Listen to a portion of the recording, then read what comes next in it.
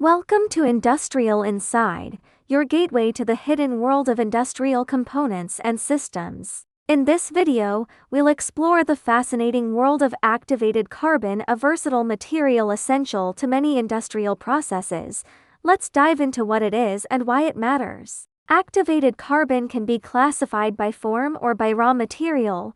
Common forms include powdered, granular, and pelletized, while sources include coconut shell, coal, and wood.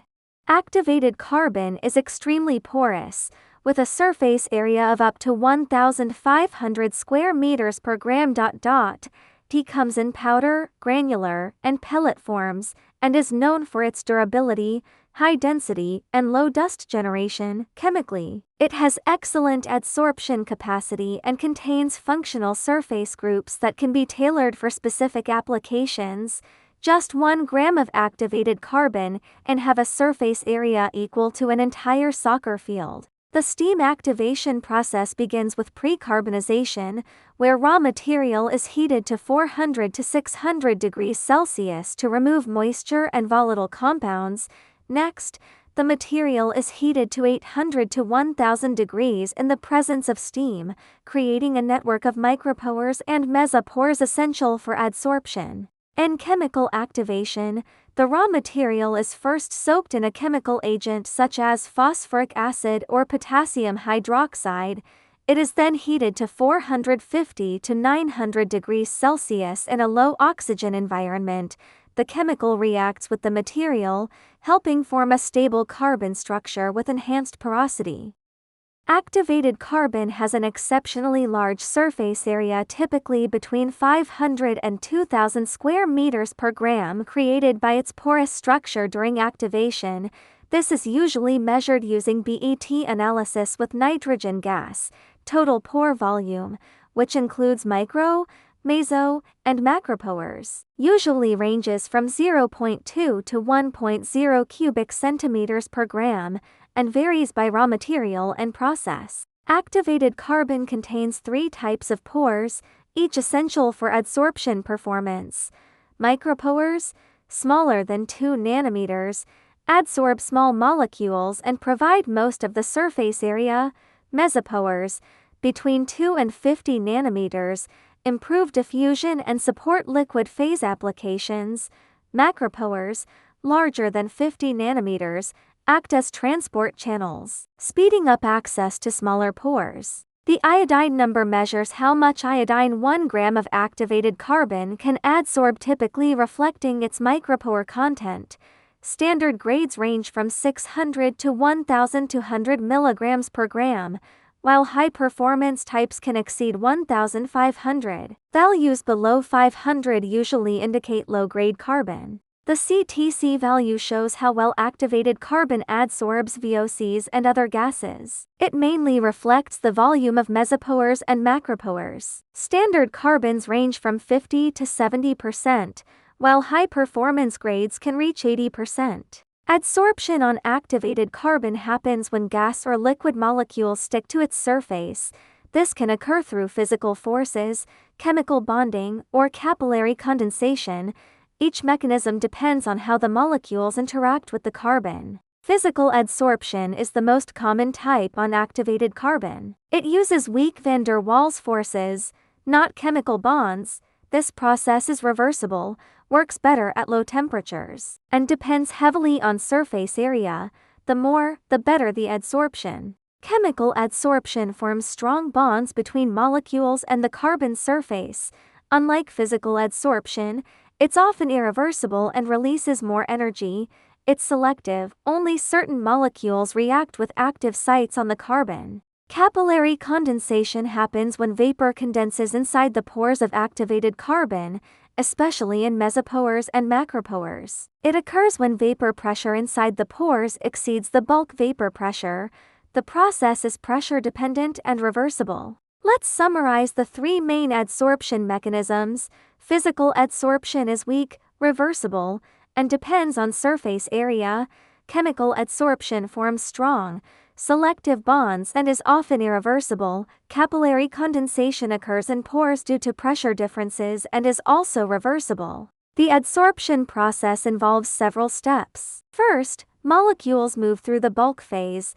This is bulk diffusion. Then, they pass through a thin boundary layer, called film diffusion. Next is intraparticle diffusion, where molecules travel into the carbon's pores. Finally, they reach the surface and are adsorbed. Let's follow the trip of a contaminant. It starts in a millimeter scale channel, this is bulk diffusion, then moves into a micron scale layer, film diffusion. Next, it travels through 10 nanometer pores, this is intraparticle diffusion. Finally, it reaches a 1 nanometer pore and gets adsorbed. Adsorption capacity, or Q, measures how much mass an adsorbent can hold per unit weight. The equilibrium adsorption capacity, QE, is reached when adsorption and desorption balance out. Breakthrough adsorption capacity shows how much contaminant the adsorbent can hold before it becomes saturated, the breakthrough point. Equilibrium adsorption capacity is the amount of adsorbate adsorbed per unit mass of adsorbent when adsorption and desorption rates are equal. It shows the theoretical maximum adsorption under specific conditions like temperature and concentration. This is measured by batch tests or models such as Langmuir and Freundlich isotherms. It helps compare adsorbent efficiency and understand adsorption behavior. Adsorption is when molecules from gas or liquid stick to an adsorbent's surface through physical or chemical forces. Desorption is the reverse, molecules leave the surface and return to the fluid. When both happen at the same rate,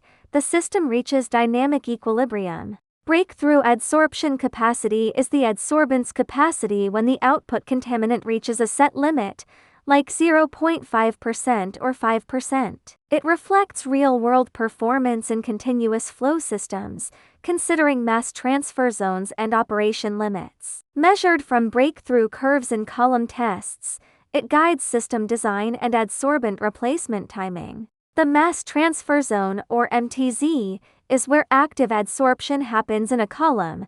It's the region where the adsorbate concentration drops sharply, from high to nearly zero. As the adsorbent saturates, the MTZ moves from the inlet to the outlet.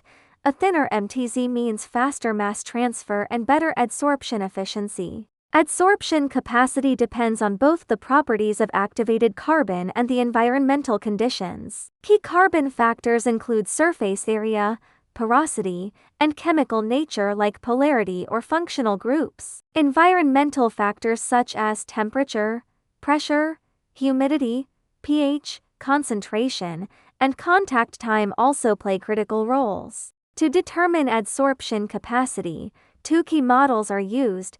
The Langmuir isotherm assumes a monolayer of adsorbate on a uniform surface. The Freundlich isotherm is an empirical model for adsorption on heterogeneous surfaces with varied affinities. The Langmuir isotherm, proposed in 1916, models monolayer adsorption on a uniform surface. It assumes each site holds only one molecule. All sites are identical. No interaction between adsorbed molecules. Adsorption and desorption are in dynamic equilibrium. The Langmuir isotherm can be expressed in linear form to calculate key adsorption parameters. In this equation, QE is the amount adsorbed per gram of adsorbent at equilibrium. Qm is the theoretical maximum adsorption capacity. Kl is the Langmuir constant reflecting the affinity between adsorbate and adsorbent. Ce is the equilibrium concentration in the solution. This is the Langmuir adsorption curve, showing the relationship between Ce and Qe. A higher Kl means stronger adsorption at lower concentrations. R square, the coefficient of determination, tells us how well the data fits the model. If R square is above 0.95, the Langmuir model is a good fit. If it's below 0.8, other models like Freundlich may be more appropriate. The Freundlich isotherm, proposed in 1906, describes multilayer adsorption on a heterogeneous surface. It assumes adsorption occurs in multiple layers. The surface has varying site energies. There's no fixed saturation point, though adsorption slows at higher concentrations. A dynamic equilibrium exists between the adsorbed phase and the solution. The Freundlich isotherm can also be expressed in linear form. In this equation, QE is the amount adsorbed per unit mass at equilibrium. KF indicates adsorption capacity. N shows adsorption intensity. Lower values mean stronger adsorption at low concentrations. C is the equilibrium concentration of the adsorbate. This is the Freundlich adsorption curve, showing the relationship between CE and QE. A higher KL means stronger adsorption at lower concentrations. R square, the coefficient of determination, tells us how well the data fits the model. If R square is above 0.95, the Langmuir model is a good fit. If it's below 0.8, other models like Freundlich may be more appropriate. The BET isotherm, developed in 1938, extends the Langmuir model to multi-layer adsorption. It assumes infinite layers of adsorption can form on a homogeneous surface. No interactions between molecules in the same layer. Dynamic equilibrium exists at each layer. Adsorption occurs without condensation before saturation. Activated carbon plays a key role in drinking water treatment. It removes contaminants like chlorine, pesticides, VOCs, and heavy metals such as lead. It also improves taste and odor by removing chlorinated compounds. While it doesn't kill microbes, it reduces chemicals that support microbial growth, enhancing overall water safety. Activated carbon is widely used for VOC control. In industry, it captures VOCs from exhaust gases to meet emission standards. In municipalities, it reduces VOCs from sewage and pump stations, improving air quality. For personal protection, it's used in respirators and masks to block harmful VOC inhalation. In the food and beverage industry, activated carbon is essential for water purification, ensuring clean, safe water in production. It's also used for decolorization, especially in sugar, syrup, and juice processing, to remove unwanted color and impurities. Additionally, it removes odors in products like oils, dairy, and seafood, preserving taste and aroma. Activated carbon plays vital roles in industrial manufacturing. In gold mining, it adsorbs gold from cyanide solutions via carbon in pulp and carbon in leach processes. In energy storage, it's used in supercapacitors for rapid charge and discharge. It also acts as a catalyst support in refining and petrochemical industries to improve reaction efficiency.